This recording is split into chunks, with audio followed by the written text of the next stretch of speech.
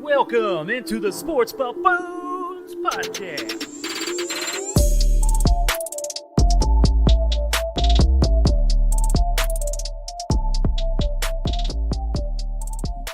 What's going on, ladies and gentlemen, boys and girls, back into the Sports Buffoon studios. You are welcome to come on in now. So how you guys doing? I know, Tanner, we just had some IT issues, apparently.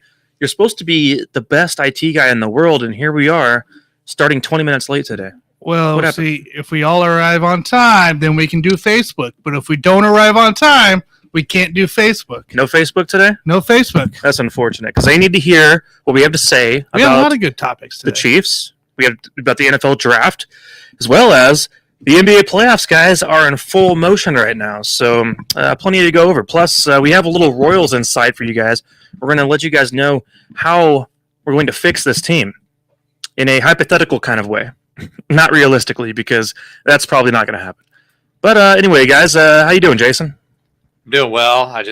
All I care about is the NBA. I watch the NBA every day, and I was thinking about it earlier today. One of my favorite things about the NBA is the fact that when we have to stop watching it in the middle of June, I only get 3 months off. I get a 3-month hiatus from the NBA, and then it starts all over again. That's why it's the greatest sport in the history of mankind, because you don't have that much time off of it. You have to watch it almost the whole year, all year round. Dude, whenever it ends in June is the happiest part of my whole year. You realize that means football is right around the corner. You can take the NBA to June 30th this year, because the NBA draft's June 30th. Oh yeah, can't wait, dude. Can't wait. So we can take it all the way through June. I'm just saying the actual season, like when the season is over and then you start the preseason in October. It's got to be the greatest sport ever known to man. So, Jason, whenever we do the NBA mock draft, I fully expect to delegate all my picks to you, like you did to me just 2 weeks ago. I will happily take that on, because guess what? We only got 2 rounds, and the second round doesn't really even matter that much. So you can just delegate all your first round picks. That's fine. Hey, we did a first round mock a couple weeks ago. That's all we did was first round, right? Yeah. So Tanner and you and I did a full 7-round mock not that long ago. So that was pretty wild. We did. I did 4 total. Mm-hmm. 2 with you. Did the Chiefs draft anybody that we picked though? Out of all of our mocks? I don't think so. I think the only team that they drafted was 2 of the players on my Texans mock I did with Dan on Let's Talk Sports. Which was our offensive tackle, Kennard, and then Jalen Watson, cornerback. Very nice. Well, if you guys listened to the Settling the Kingdom show here just a couple nights ago, I gave you guys my overview of what I felt like the Chiefs did in this last draft. Obviously, I was a little frustrated at first, guys. On draft day, we were live, obviously, for like 4 hours, and the trade happened. The trade happened. Obviously, Chiefs traded up, and then they traded back later on, and the next day. But man, it was an interesting wave of emotions in some ways, because there was a moment there where I thought they were going to go get a certain guy. They ended up not, and then next round comes along. I thought they were going to get Pickens. Pickens ends up going to the Steelers. Chiefs end up with Sky Moore instead. And in the meanwhile, pick up Kennard in the 5th round due to that trade. So it ended up working out okay, guys. I'm actually pretty content with what the Chiefs ended up with in this draft. But we're going to go ahead and break down our favorite draft. Carlos, real quick, who was with us, Titans pick, and he was with us on first round draft night. He says the Jets need to only pick in the 2nd round. Well, look. I mean, the Jets draft class I don't want to give you spoilers, but it's probably my favorite draft class. And then of anybody. He also stated McDuffie was a hilarious pick. So. Yeah, I wasn't very happy about that, man. Whenever that happened, that just wasn't my guy. I liked Kyer Elam. I've told you guys this. So McDuffie just wasn't really my guy. As far as the Jets, so they had 7 picks in the draft, all of them 4th round and above. Pretty nuts. And then they got just a ton of big value. I think they got the best corner in the draft, potentially. They got one of the best receivers in the draft, and then they got the best running back in the draft. Yep. So, and then you probably got a top 3 edge rusher in the draft. So, god dang, pretty solid stuff right there the Jets ended up with. So that's why you can't dislike their haul that they got. So Carlos says they get a B or a B minus. So I wonder what the Jets could have done better with the selections they had, because overall, I feel pretty good. They just added talent. I don't really care. I don't know if they cared about what position it was. They just wanted to get the best player on the board. And honestly, both New York teams did pretty well in the draft, I thought. So yeah, Giants. I was impressed with the Giants picks too. AFC West did not impress me at all, actually, regarding what the Chargers, Raiders, Broncos did. I kind of thought all of them were pretty lackluster, especially the Broncos draft.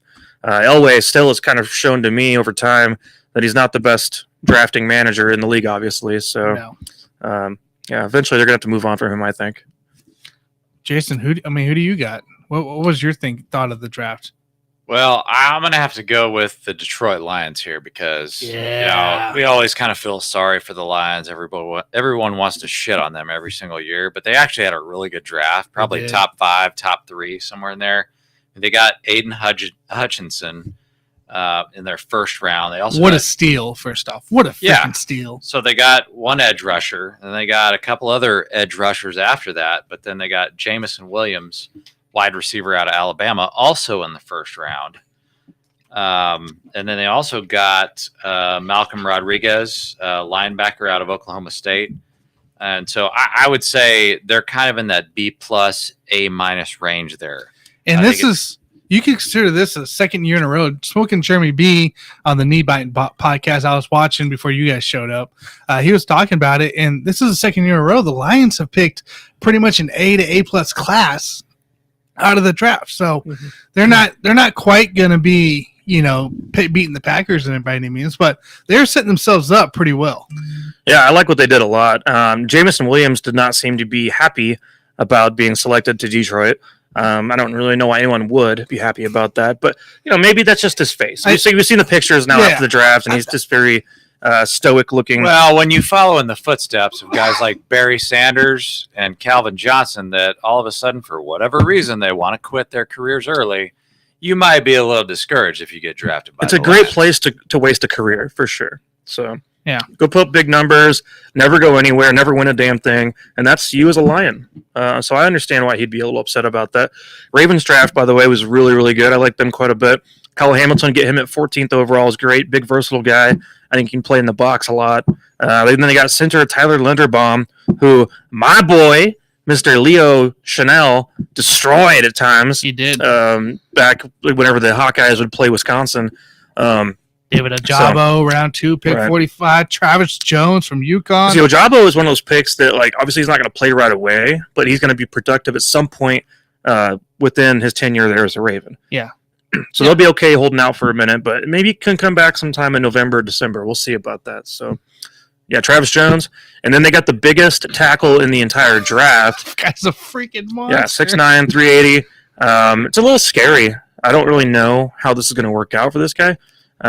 Look, that's some depth right there. And so the Ravens were my team. Was your favorite draft? Favorite draft class. Gotcha. And, just for the fact that Daniel Falele, I can't say his name, from Minnesota. He's the guy who's 6'8", 384 pounds. Right. He's going to provide some depth because they were really beat up on that line. Linderbaum's going to be right there with him. I thought they did exactly what they needed to do. Go up, get yourself an offensive lineman, trade out Hollywood Brown to the Arizona to get that first-round pick. I thought they got exactly what they needed. 2 tight ends, too. Which I thought was awesome because now they got somebody to back up Mark Andrews, and these are good tight ends. These are pass-catching tight ends. So, I don't know. Ravens, I thought I was really impressed. Besides the trade, and I thought they did it right, and they even have your former favorite team, Tyler Beatty, running back from Mizzou, but that guy was also a pass-catching running back. So, I could complement that backfield too. I think Lamar's got himself a team to work around. But Lamar was actually pissed though. He was mad because Hollywood Brown, but he didn't know about the Hollywood Brown also requesting the trade beforehand too. So in a way, I think he calmed himself down. But I hope he gets over it because you certainly don't want a pissed off Lamar Jackson going into the season. I mean, maybe you do. Maybe you do. Yeah, with Lamar, I mean, he already dealt with all the injuries that they had to deal with last year going into the season. I mean, I don't know if he could. I mean, he can't really be too pissed off. I think he's going to be fine with what he's got.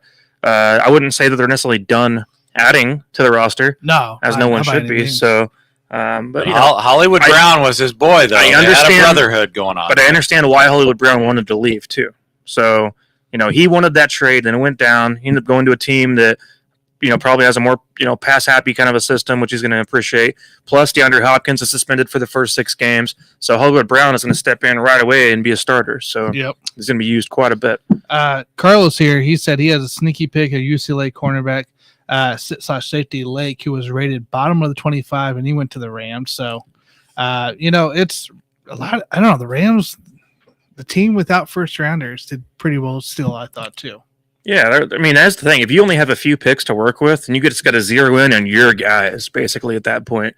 Or, like, if you have 12 picks like the Chiefs ended up with, then, you can have your guys, but also you have some leeway to, if you have a bunch of guys in the same grouping of, positional value. Because we saw, like, whenever the Pickens and the right receivers were going off the board right there, there was, like, a slide of receivers all at once. And the Chiefs got the last one kind of in that grouping, which was Sky Moore. Because before that, it was like, I think it was Pickens, and then there was, who's the other receiver? Alec Pierce was in there. Pickens, and there was somebody else in there before Pickens even. But they just kind of were in that slide, and luckily the Chiefs were able to sit there just in time to get Moore. Because otherwise, if Moore went off the board, then you're like really sitting back like, okay, now we have to wait till the next series of groupings of, to be able to not serviceable receivers that are left. So yeah, no. Anyways, I thought it was good. I liked, so my thing with the Jets, I just thought they picked the best running back. I think Breece Hall is the best back in this class. The perfect blend of the size as well as the versatility and speed, good hands, power as well, and Swift. I mean, he's got the moves. So I like him. Jermaine Johnson was the guy I wanted all along for the Chiefs at the edge position. They ended up taking him in front of the Chiefs there at 26. Yep. End up with Carl Loftus. But I had my own show, obviously, about the Chiefs. I spent 15 minutes giving my take on what the Chiefs did in the draft, what this means, how it impacts the forthcoming season. So I want you guys to just take a moment, just give me your quick rundown or recap of what you think the Chiefs did well or what you think they could have done better. I personally think they loaded up on every single position where they needed to, with the exception of edge. And that's where, Mike, you and I talked about this before the show. Like, at some point, you need to make a trade here and get, a decent edge rusher, because we don't want to be sitting here talking about George Karlaftis and Frank Clark being our starters. So that seems to be the missing piece for me. But as far as the rest of the positions, they loaded up at corner and safety, linebacker. I mean, I felt pretty good all the way around. I think the Chiefs had a great draft. Honestly, I think I would give them an A or an A minus. But you never want to stop. You want to still keep trying to improve. Even though the draft is over, I think that there's still some things that they can do to get better. Yeah, no, I'd say. I mean, along with Cook, Chanel, and Kennard, like those picks are phenomenal. Great value picks. Great value, and I mean they got guys. Those guys will pretty much almost fill right in and pretty much start some games. So I'm looking forward to that. Jalen Watson was another one I had on the Texans because I loved his. I just loved the video I got or I was watching on YouTube from him when I was trying to study for the Texans. He was just a guy I was like, I wouldn't mind taking him here in the 6th or 7th round. So I mean, we got a great value there. We keep forgetting that Joshua Williams was before Jalen Watson too. Yes, same position, both cornerbacks, and we keep forgetting about that guy. And I think it's part of it's because we as fans even have not watched much of Joshua Williams. We're looking at the size. We get a perfect blend of height, weight, speed, which I always talk about all the time because you want projects. 4th round, when that comes around, you want guys that have a lot of the physical attributes, but maybe they're missing something. Maybe it's a small school. Maybe there's just something here or there technique-wise that keeps you from getting them in the 2nd round. And then, boom, that's how you get value. Yep. Hey, we went out and replaced a lot of people here on this one, especially in the secondary. So I'm not mad. I'm not upset. I think the 2nd and 3rd days were the strongest days by far. Again, I was similar with Mike. I wasn't very happy with the first day. There was other players there I thought should have taken. But I'm not mad about either taking a D end and day 2 or 3. I thought we did exactly what we needed to do. And you were talking, I was talking with you a little bit, texted you around the running back for Rutgers. Was it Isaiah Pacheco? Right. Okay. Yeah. The Chiefs. I think we got him in the 5th round or 6th round. He was 7th, 30th. Oh, it's 7th round. Yep. My bad. Yep. So I mean, we talked about him being basically a pass catcher, right? We'll see how that plans out. I mean, he's kind of got an interesting running style. It's a little different than most. The assumption is he could make the team as the 3rd running back on the roster, without a doubt. you're walking into the season with Ronald Jones and Clyde Edwards-Helaire as your top 2 running backs, and this guy is just going to try to make the team essentially. Although he also had made a statement saying that he's coming here to take someone else's job, is what he said. So he's confident and all that. But you get a lot to prove. It's still the NFL, and I don't know if he's instinctually as good as a guy like Ronald Jones, because to me, Ronald Jones has good instincts still, and I know that people have seen Ronald Jones' career have a really slow start, then have a really good year, and then it was overshadowed by Leonard Fournette coming onto that team and roster to where he was a better pass catcher for what Tom Brady enjoys doing, obviously. Yep. Where Ronald Jones, that's probably his one knock, is his hands. Where if you put him between the tackles and running, guy's one of the best pure runners in all of football, believe it or not. Just now that we have this offensive line, and Kennard's going to be your starting right tackle. I'm telling you right now, Kennard will be the starting right tackle of the Chiefs. This is what's going to happen. He is ready. He is pro-ready. And as a 5th-round pick, the Chiefs did it again, getting a late rounder to be plugged in immediately to be a starter on the offensive line. This is also a guy that could play guard, too, if needed. He can play guard, but you don't want him to. Technically, everywhere I've seen, he's listed as offensive guard.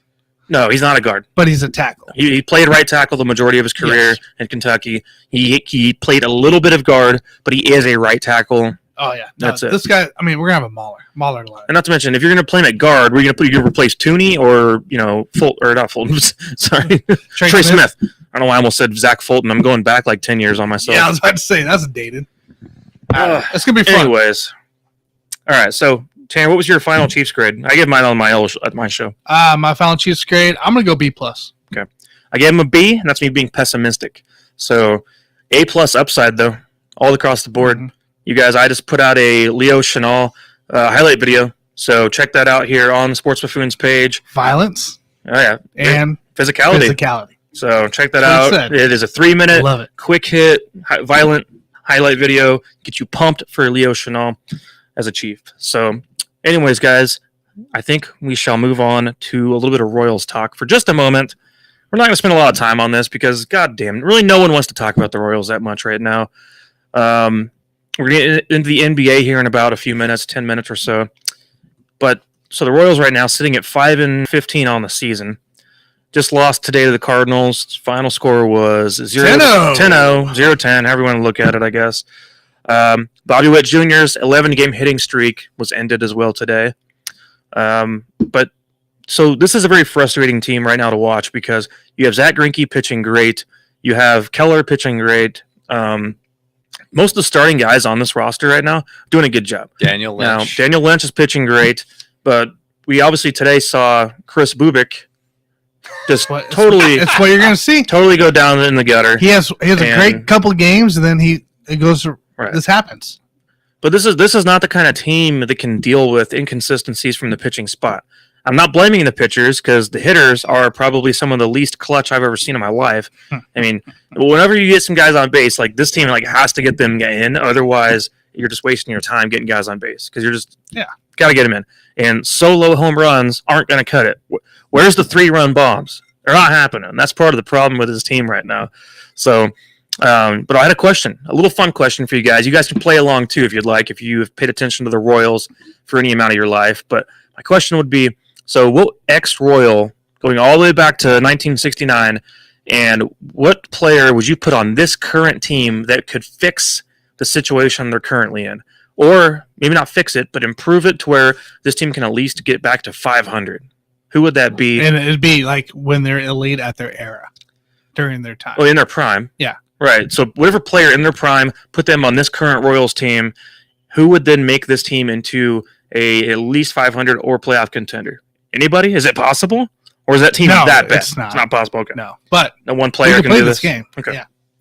I've got a long shot here, so I'm not going to bring in a player. I'm going to bring in a former Royals player to be the pitching coach, and I'm going to hire Brett Saberhagen from the 85 World Championship Royals team to be the damn pitching coach because whoever the fuck it is right now is not doing his damn job because Bubich is a disaster. Now, granted, he's probably going to get sent down to Omaha anyway because he's pretty much the youngest guy on the staff, and I don't think they're at the point where they want to ruin his career right now. So he's getting shelled, and they need to send him down to Omaha. But like you said earlier, I mean, our top three, they're doing just fine in that starting rotation.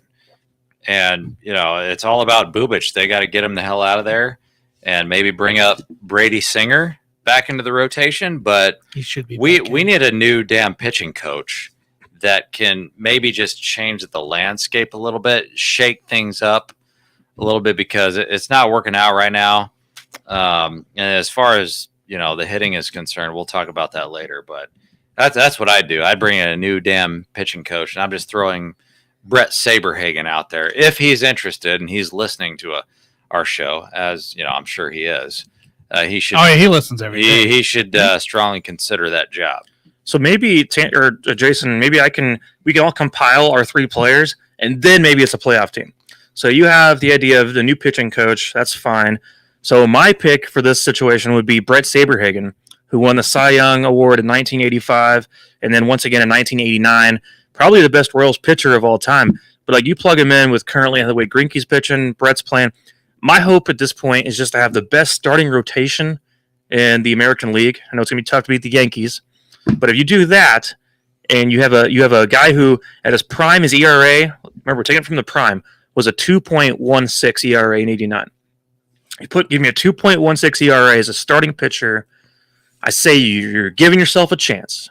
So you want him to be like Pete Rose when Pete Rose was a manager / player. You want Brett Saberhagen to be a pitcher and the pitching coach kind of at the same time. If that's what it has to take, I guess. I mean, at this point, if we can get the youthful Brett Saberhagen, who's 25 years old, then you have a chance, I think, with the great pitching staff. Carlos, actually, here listening along, mentioned George Brett. That would be a great option. Oh, yeah. How about Bo Jackson? He just mentioned, too. Yeah, I mean, Bo, obviously we all know the athlete. We all know the athlete of Bo Jackson. Yeah, but then if he plays, he's just going to strike out all the time. We got plenty of those guys right now, as it is. Yeah, I don't know if Bo would be my guy. I would probably have to think like, okay, yeah, Frank White in there, Amos Otis could be in there, Willie Wilson would be in there, and then, of course, George Brett. How about Pete Lecoq? Did you ever hear that guy? Pete Lecoq, I heard he was a good player. Pete Lecoq didn't really do anything for the Royals. He just stuck around in town because he didn't. No, he was on the World Series team in 1980, right?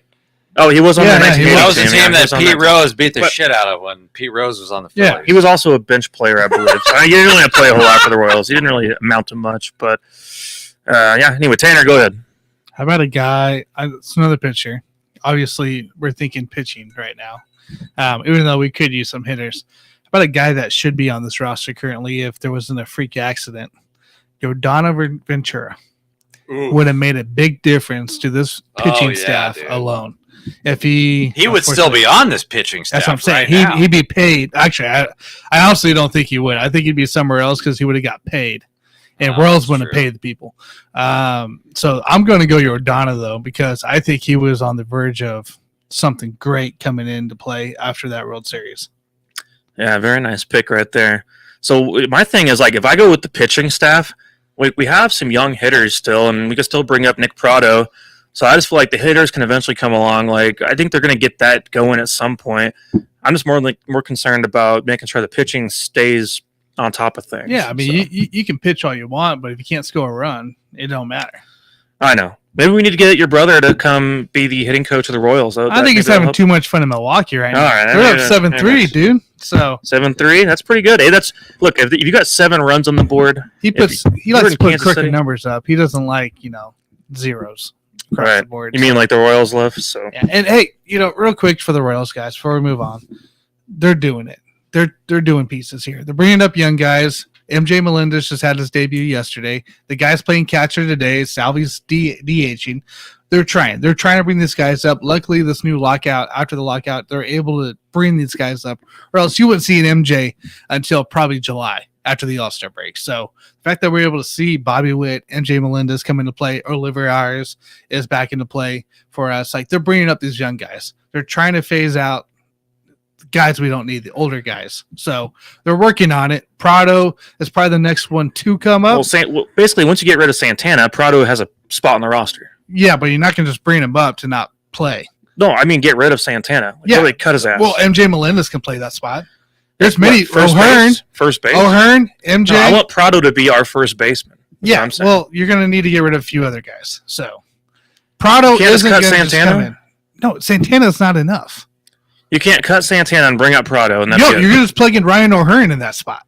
But why would I do that? So the bottom line is... Because that's what the Royals would do. No, I'm saying don't do that. I'm saying put in Prado right away. I know what you would do. I'm saying what the Royals It's going to be... Dude, this reminds me so much of Hosmer and Moose and all that whole thing where you got, basically... Shit. It's not what they're going to do. No, here's the deal. Bobby Witt is our Hosmer, whereas Moose is our Prado. They're just playing opposite positions. All right, bottom line, they got their ass kicked today, 10-0, and their current record is 8-15. So as a Royals fan, I want solutions. And the only solution that I can think of right now is you got to start thinking about, you got a guy spend more money by the name of Andrew Benintendi who's batting .354 right now. Spend more money? What do we always talk about, Mike? Trade your biggest piece away and get some fucking That's prospects. Right. Well, so the problem is they just traded for Benintendi a year and a half ago. So I think Benintendi is a young guy. Why are we getting rid of a young I'm not getting rid of Benintendi. This guy's I'm getting rid of him, dude. I'm not getting rid of Benintendi. This season is trash. You got to get prospects right now. There's no reason for it. I'm not getting rid of Benintendi. This guy is part of the Royals' future. Dude, that's all you have to live for is the Royals' future. You need to get prospects because this season is over. That's why you would trade the minors and some other guys. But you need to get more. Benintendi was that prospect though that they liked. Like they made that trade for Benintendi because they liked him. Dude, Bubic sucks. He's one of the youngest pitchers you have. He sucks. You got to get more prospects. Progress, dude. It's all about patience on this Royals team. We already knew we weren't going to be the Yankees. I think eventually if you're going to trade anybody, you could trade Greinke. Honestly, because he's going to get sick of this place going. You're not going to get you're not going to get fans in the stands buying tickets just because of Andrew Benintendi. So you might as well just trade the motherfucker right now. What are you going to get out of him? Bunch of prospects. Prospects, yes. Why? For the future, because that's what we're working on right now. We're probably a year or two away. But Benintendi can be a part of the future of this team. Benintendi is still young, the future of this. Playing really well. He's not at all the problem, obviously. Get a big haul for him then. You can get a huge haul for him. Okay, but his value is still not that high. You're not going to get that much. He was pulled yesterday. Santana sucks. Carlos also said that he thought Hochevar would have been pretty good if not. He went to college with him. Do you remember when Hochevar became a good relief pitcher? Do you remember when he first got drafted? They call him Hochevar. They pronounce his name wrong. Hochevar. I remember that shit. Hochevar? Remember people would call him Hochevar? Hochevar. Yeah. No, he ended up being a really good relief pitcher down the road for a year or two. Dude, they should bring him back right now. He could probably still pitch better than Bubic. His arms. He's better than Bubic. No. Which, by the way, my guy, Brett Saberhagen, pitched 262 innings in 89. Most innings of anybody in baseball that year. 23 wins.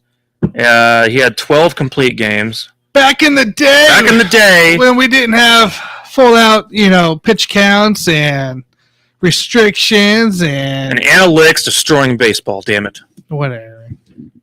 All right. Well, you guys satisfied now with the Royals discussion we just had? Not really. Not really. It was pretty. It was not. It was underwhelming. Wasn't get better. That was the bottom line. Let's just money. Get better. Look, figure out a way to get. If you want to win today, you got to go spend money. We gave ourselves an 8-15 effort.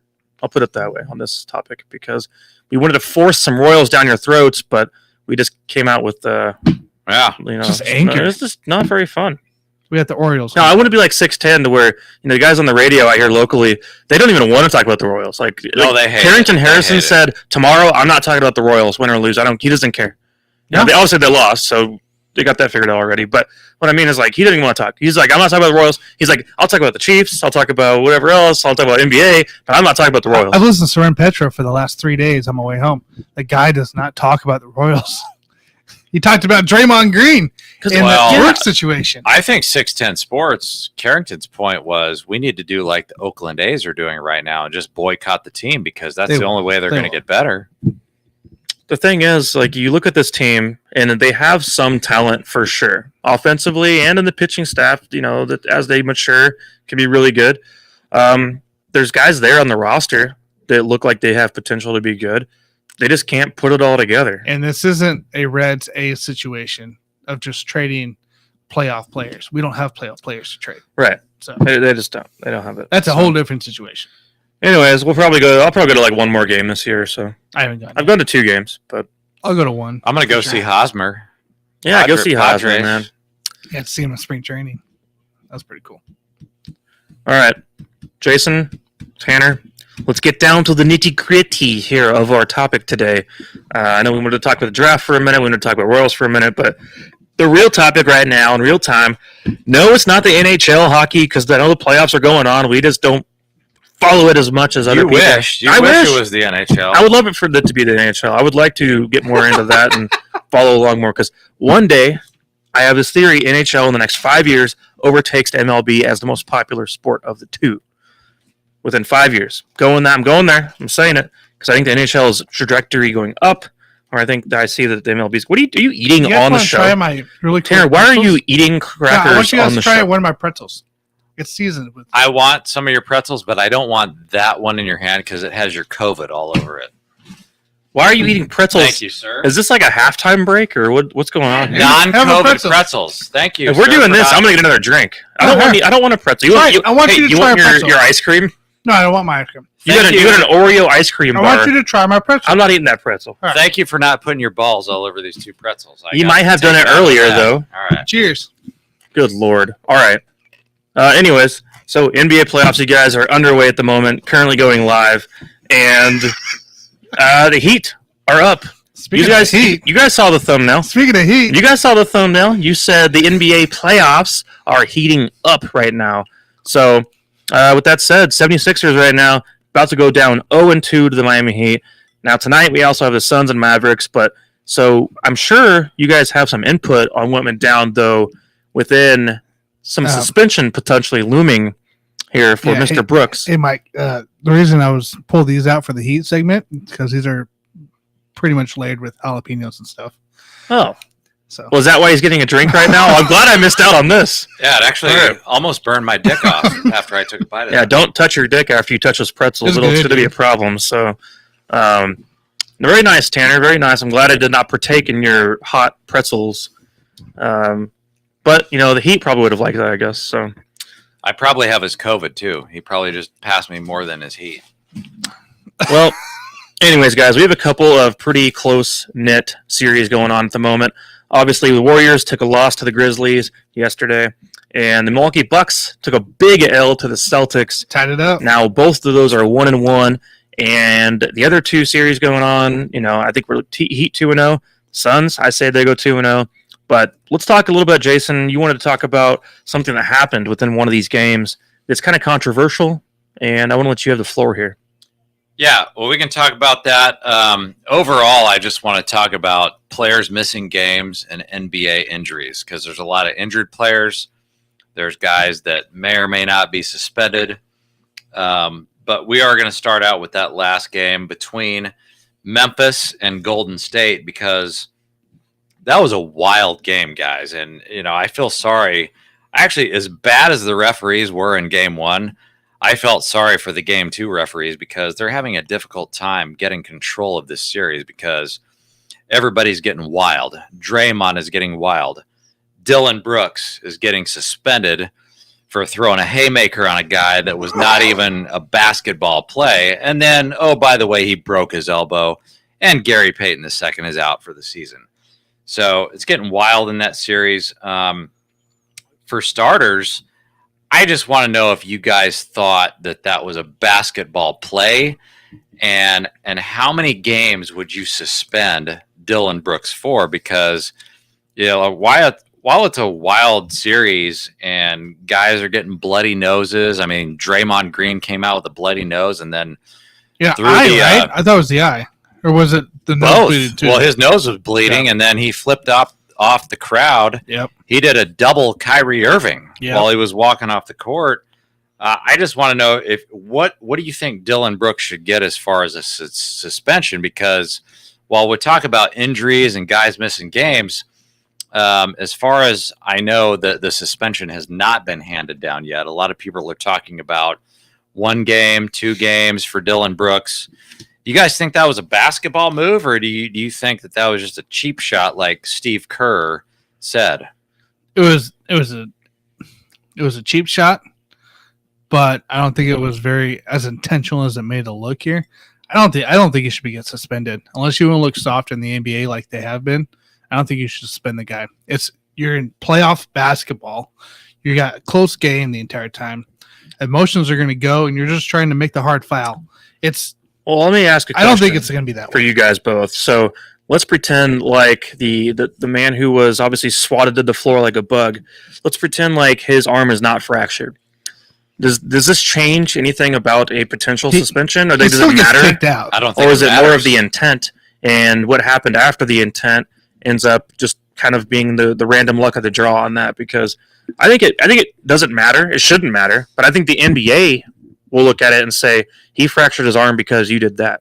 So to me, as Carlos is pointing out, Gary Payton Jr. will not be back this year. Obviously not. But what I'm saying is, if he had fallen to the ground, had no injury whatsoever, does this make an impact and influence what the NBA does regarding this potential suspension? I mean, if you're in a vacuum and you don't have to listen to the media give their takes every single day, then I would say maybe he doesn't get suspended at all. But we've all been listening to the media all day long, and they're calling for this guy's head. So we don't live in a vacuum, No. and the NBA has to listen to this shit all day long. I personally think that this happened 3 minutes into the game, and so he basically has already been suspended for a full game, in my opinion. So I would say let's sit him out for one game. I know a lot of people are calling for a 2-game suspension, but I can pretty well assure you that his intent was not to break the guy's elbow. But that's what Mike's saying. Right. Mike's saying is if the broken elbow doesn't come into play, let's just say it's bruised or whatever, he can play again. Does this change the topic that we're talking about? I still think it's a 1-game suspension. Still a 1-game suspension. Like I said, people are calling for 2, and that's why I would say I would just do a 1-game suspension on him, because it's not like he's a superstar. The NBA can look at it and just say, okay, well, we don't want to hold out superstars like we did Draymond in 2016 and affect the outcome of a series. This is Dillon Brooks, who's an amazing role player. But, if we suspend him for 1 game, probably not going to affect the outcome of the series. So that's why I would give him the 1 game. He says, Carlos says no more than 2 to 4 games. Yeah, I think I agree. Somewhere in the 1 game, 2 games at the most range. I asked you earlier, Jason, would you suspend him for the series? And you said that'd be too much. That'd be harsh. No, And I wouldn't do it. Yeah, I agree with that. I mean, obviously, so he was making an aggressive and blatant basketball play. I thought it was pretty obvious he was not necessarily going for the ball there, and he was trying to make it look sly. Kind of getting physical there. Obviously, I don't know if this is something that he maybe saw a cheap shot option to make this move, but I still think I think you have to have some sort of punishment, and missing the rest of the game, he got ejected. Obviously, we talked about this earlier too. I don't think that just the game that you get ejected from does not count as a game suspension. That does not matter, because you could do it in the 4th quarter, 1st quarter, doesn't matter to me. That all that matters is if you're going to be suspended, you have to count that towards the next game.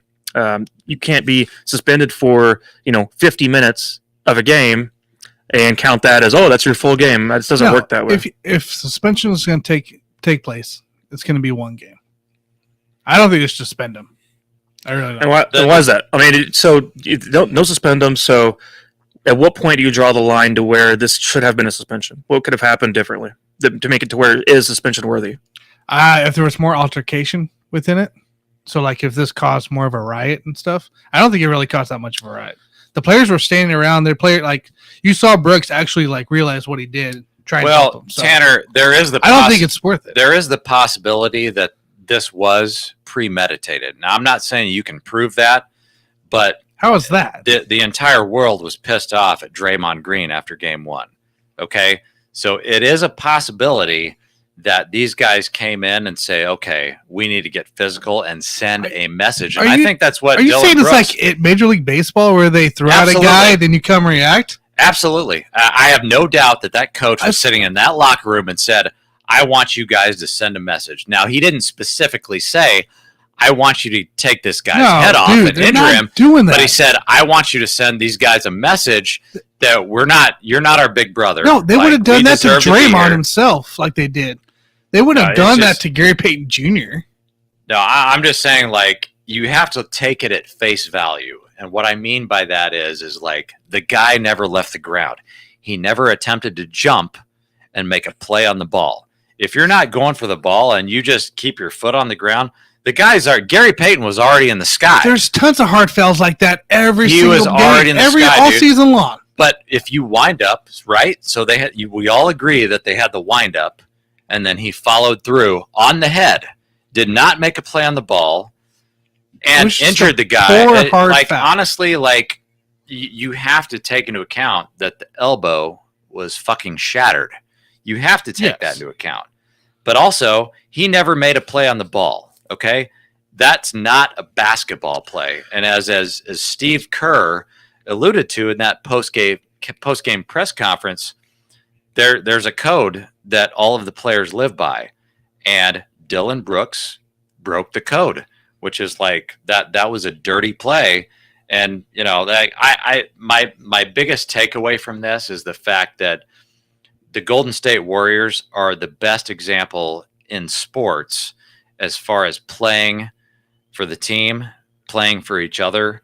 And I think that you guys are going to see a big effect on this series as far as the fact that Gary Payton's never going to see the court again this year. And those guys have his back. They are going to play for each other the same way that they've always played for each other. And this is kind of an inspirational moment in this series because they basically killed the guy's season and quite possibly nearly ended his career. And it's kind of like an injured dog licking his wounds.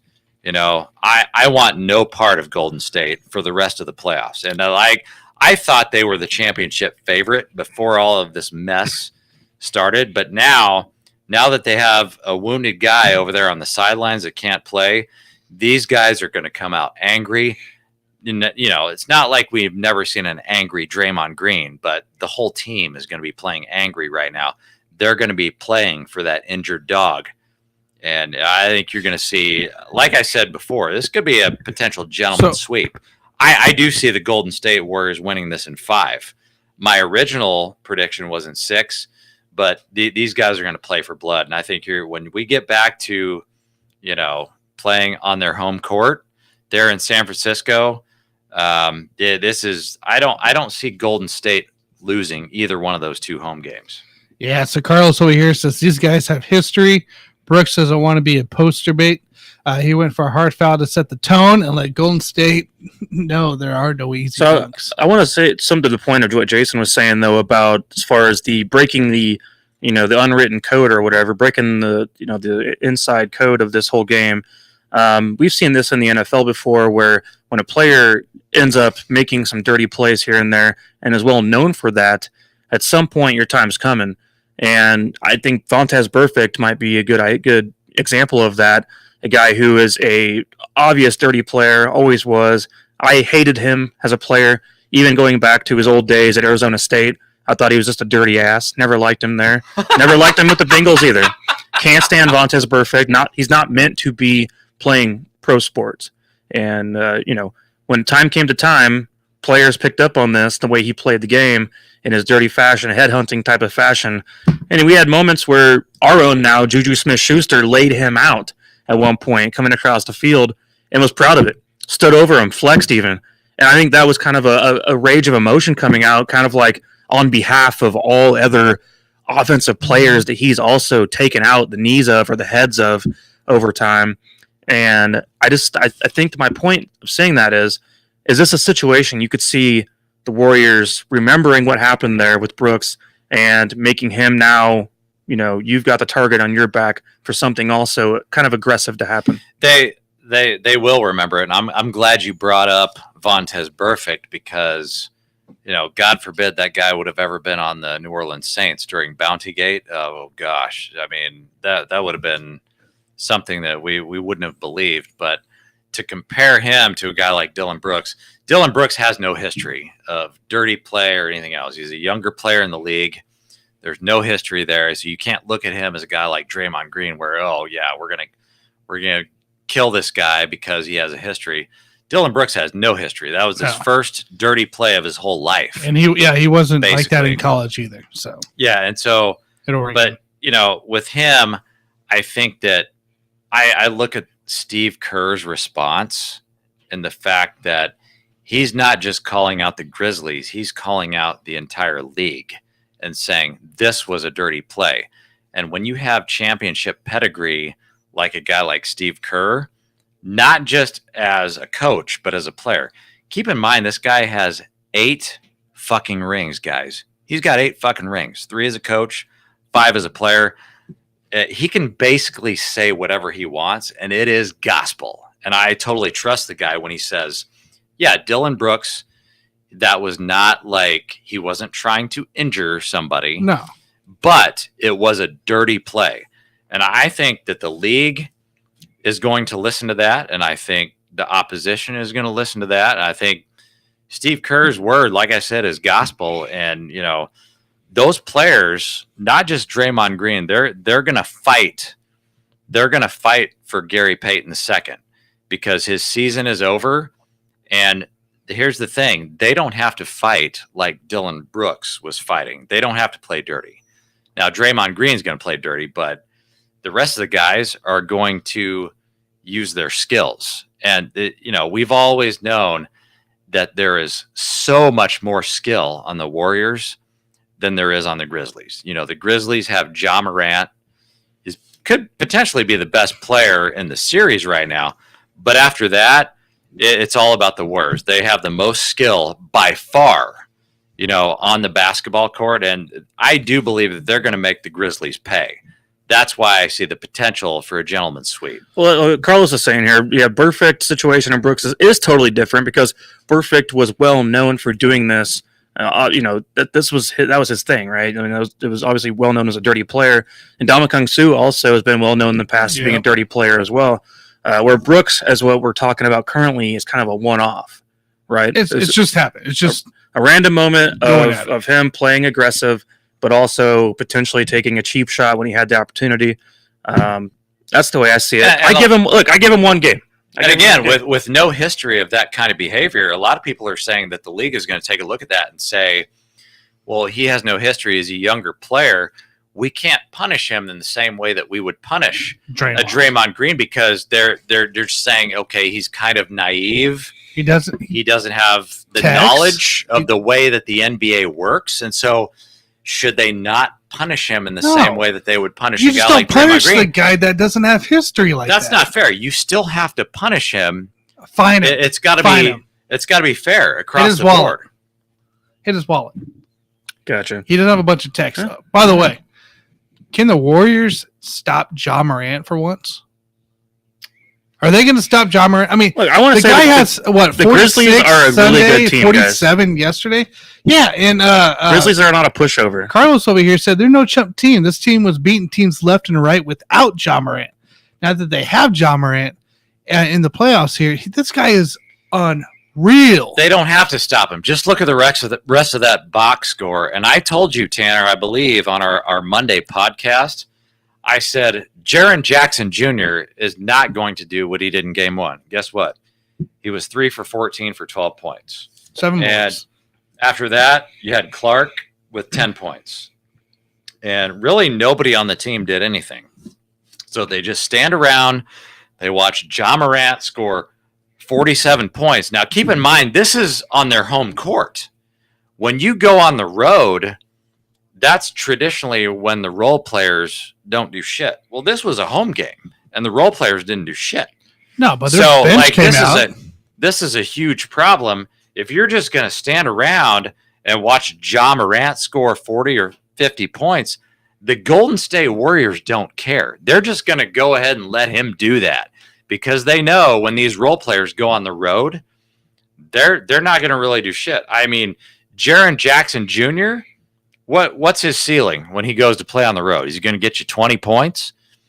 That's not going to be good enough. Depends if he stays out of foul trouble, too. Ja Morant was playing at home even, scored 47 points. I mean, he goes onto the road to Golden State, he might only get you 30. That's not going to cut it. And that's why I say, Golden State could very easily win both of these games And so like I think this is Golden State's going to win the series. Everybody knows it. I mean, Klay Thompson's here, disappointing game again from 3, 2 for 12. And I'm glad you brought that up. Klay Thompson hasn't even shown up. He had that one big shot in game 1, but he shot like an ass in games 1 Wiggins and 2. was 1 for 7. Yeah. Steph, Jordan, 3 for 11. And if you take game 2, if you're just looking at game 2, Jordan Poole, Steph Curry, Klay Thompson, they all shot like an ass. They could have very easily won that game. The whole team. Even with Ja Morant putting up 47. That's not going to happen when they play on their home court. And so, this series is over, but I do think that the NBA needs to take a look at these harsh fouls and just not let these guys get away with it. And at the same time, not go overboard on a guy like Draymond Green who grabbed a guy's jersey. What did he do? He grabbed a guy's jersey. Oh, well, we got to kick him out of the game because it's Draymond Green. That's not fair. You know what I'm saying? It's just history, man. And then Carlos over here, Warriors looked tired against Memphis. Did we all see the same game? They did. Warriors did look tired. So, we'll see what happens here in the next game and kind of what goes on from there. I'm surprised in Jason's confidence when he sits there and says the series is over.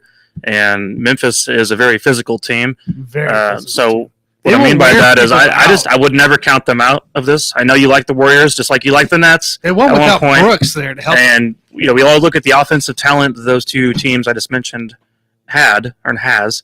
But at the same time, I mean, if you got a couple physical teams, those are the kinds of teams that can whoop you. Bucks are a very physical team. Celtics are a physical team. That's probably the most interesting battle of the current semifinals right now going on. So I know you also like the Bucks to go potentially all the way to the finals again. But I think the Celtics are also a team that can present that physicalness against the Bucks as well. So I see right now the teams that are probably the most physical currently are the ones that are winning right now in the playoffs. I would say I agree with you on the fact that the Grizzlies are a very physical team. But like I said earlier, the referees have lost all control.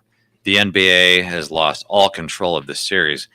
And we've seen this throughout history. They always figure out a way to get control. And it's not just the most physical team that's going to win the series. I mean, Ja Morant is amazing. I mean, he's a superstar. He's probably right now a top 5 player in the league.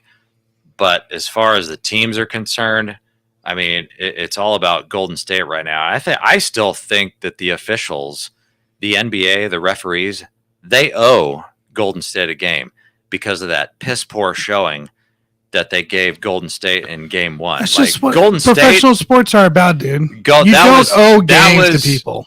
Well, that. yeah. Talk to NFL, Mike. Talk to NFL MLB Mike about that if you don't think thing. games are rigged. No, I didn't say that. I said they don't. We do have payback. We have payback calls. Yeah, in all sports, get a couple and calls. We have payback games. Those are one call. And the NBA owes Golden State game 1, even though Golden State barely won that game. That should have been a blowout.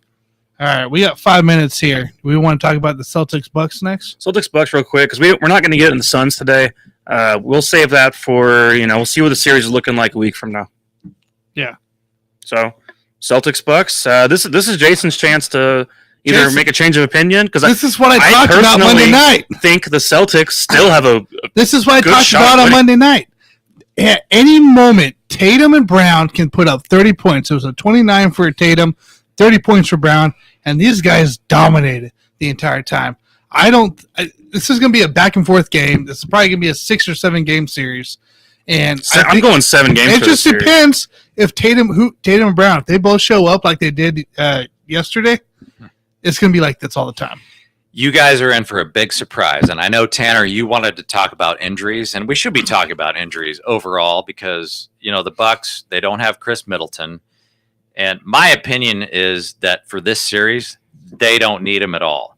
And I know, our opinions get skewed because the Celtics just destroyed the Brooklyn Nets, and we all think of the Brooklyn Nets as this great team. Mike Settle doesn't think that they're a great team, but the world thought that there was good players. This Goliath. Everybody thought that they were a Goliath, and the Celtics just destroyed them. Well, I've got news for you. The Nets were a shitty team, and some of us knew that all along. But the fact that the Celtics beat them means nothing. This is a brand new series. Giannis Antetokounmpo, yeah, he had 24 points and a triple-double in that first game. He shot like shit, and he actually shot like shit in the second game too. He had 28 points, but he was only 11 of 27 from the field.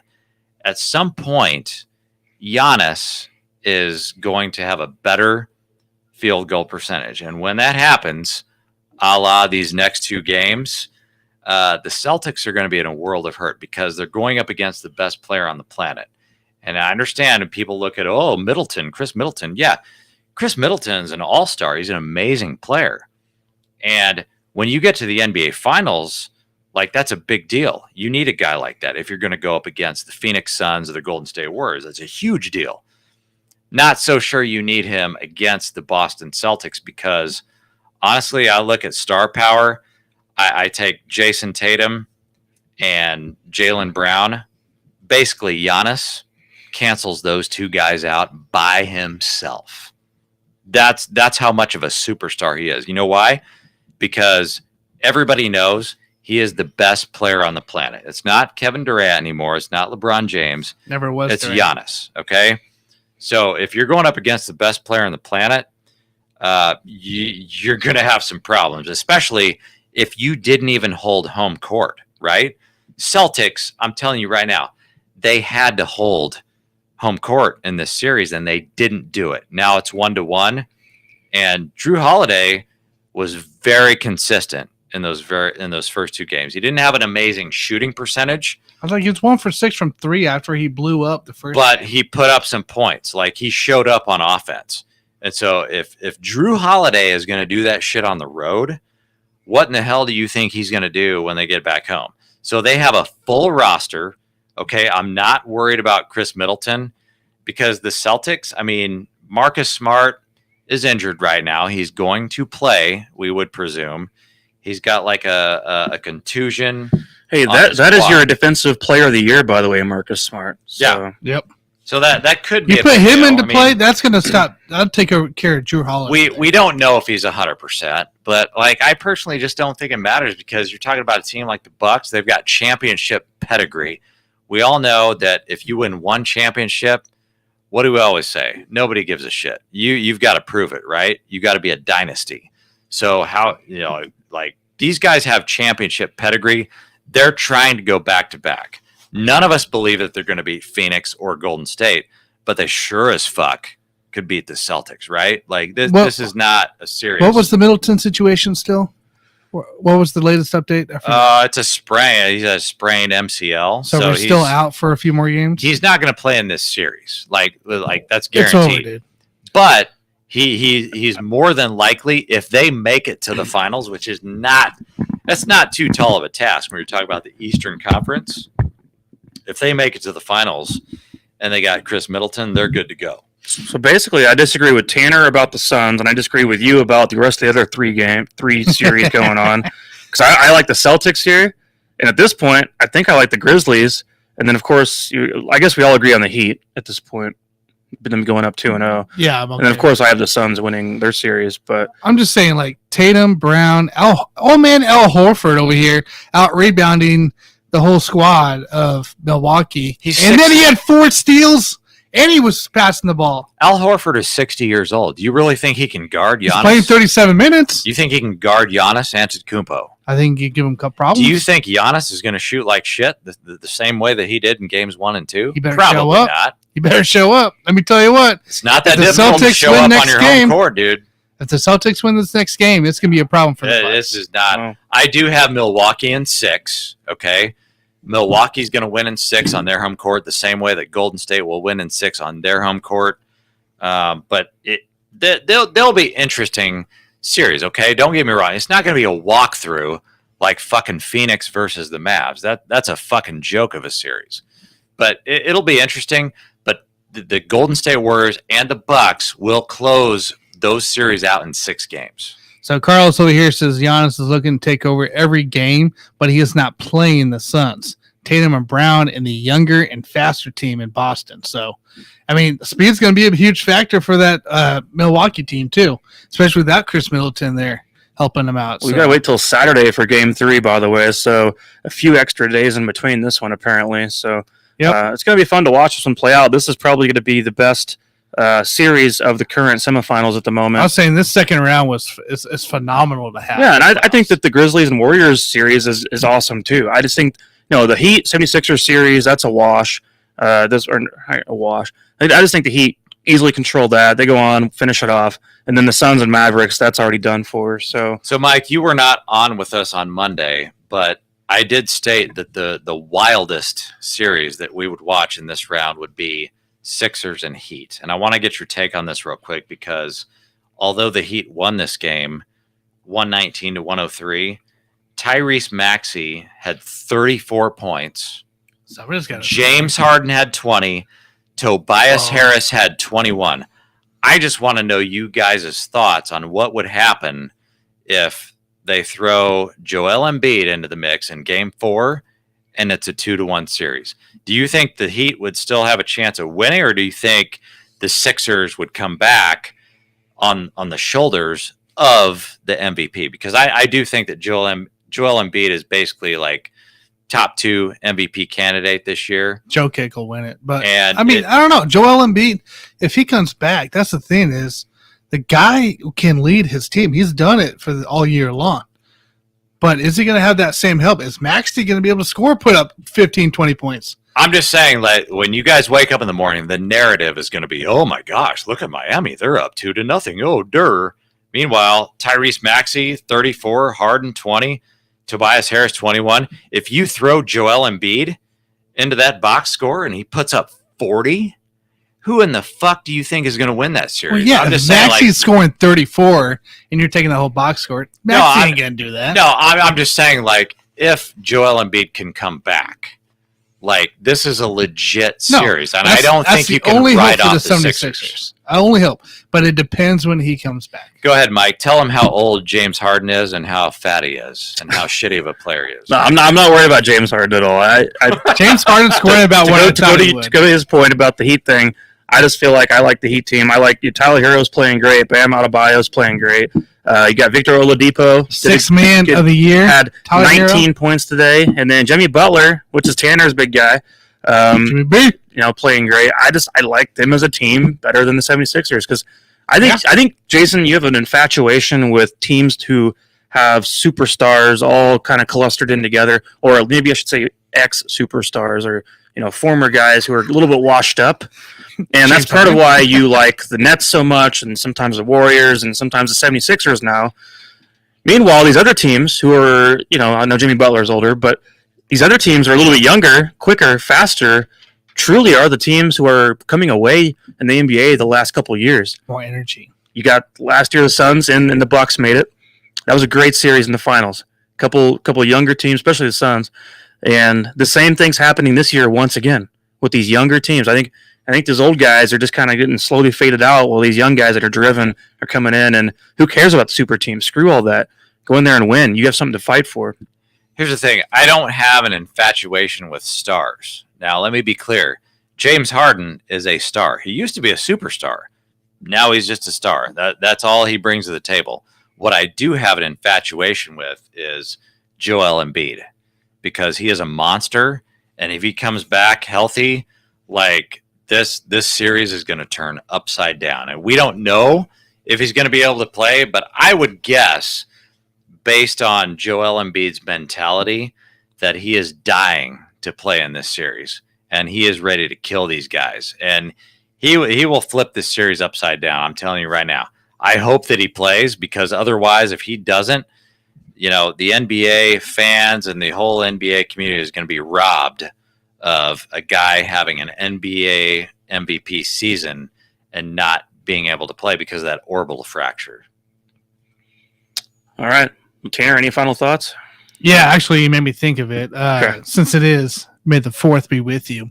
You basically just described the Clone Wars into the Empire. So where the clones were being phased out because they were the older bunch, but the Empire were recruiting new, younger talent that could do stuff. And then when the Empire came into play, the clones got all phased out.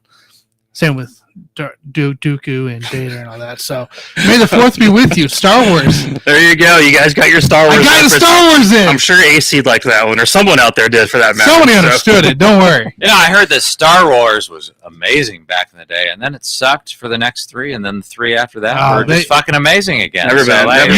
They go back and forth. If you're ever Star Wars, like actually looking at Star Wars, you got to watch the TV series and the things in between the main movies. Those are phenomenal. All right. Well, maybe fourth our way out of this podcast. So, with all that said, you guys, thank you all so much for joining. Carlos, it was great hanging out with you for a bit, and appreciate you chilling out, having some things to say. And we'll see y'all on the next one. Monday. You guys Monday night. And then I'll be sometime in the weekend. Saturday, 11 o'clock. We'll be talking with Let's Talk Sports, and Dan, I'll be on there. And then Sunday, 5 p.m. Eastern, 4 p.m. Central, doing a big collaboration as well with Let's Talk Sports with Ryan Larison will be on there. And I think Jeremy B is hopping on. And Carlos, I thought might be, maybe not, don't quote me. But there'll be a few of us on there, so it'll be a big collab on that day. Cinco de Drinko, guys. We're out. Time to get drunk. See you later, guys. May the 4th be with you.